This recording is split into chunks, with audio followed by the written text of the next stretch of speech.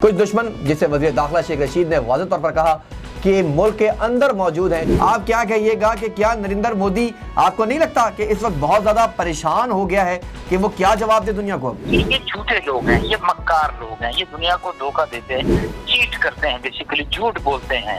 ये fake news के परवरदा हैं। जिस तेजी से तालिबान आगे बढ़ रहे हैं तो लग तो ये रहा है कि अफगानिस्तान बहुत जल्दी इस पोजीशन पर आ जाएगा जिस पोजीशन पर उसको खित्ते में होना चाहिए था। तालिबान का पहले दिन और 20 साल बाद एक ही मफरूज़ा था और ये था कि हम अपने मुल्क से काबिज बैरूनी ताकतों को बाहर निकालना चाहते हैं। क्या सिचुएशन थी उस वक्त जब आप ग्राउंड पे मौजूद थे? एक तैयारा ऑलरेडी लैंड कर चुका था। ये पैसेंजर्स, ये जहाज़ और ये क्रू कहीं उनको पकड़ के यरगमाल न बना लें और फिर पाकिस्तान के खिलाफ न इस्तेमाल हो हम लोग। ये तरीक़ेकार है जी, बिल्कुल। और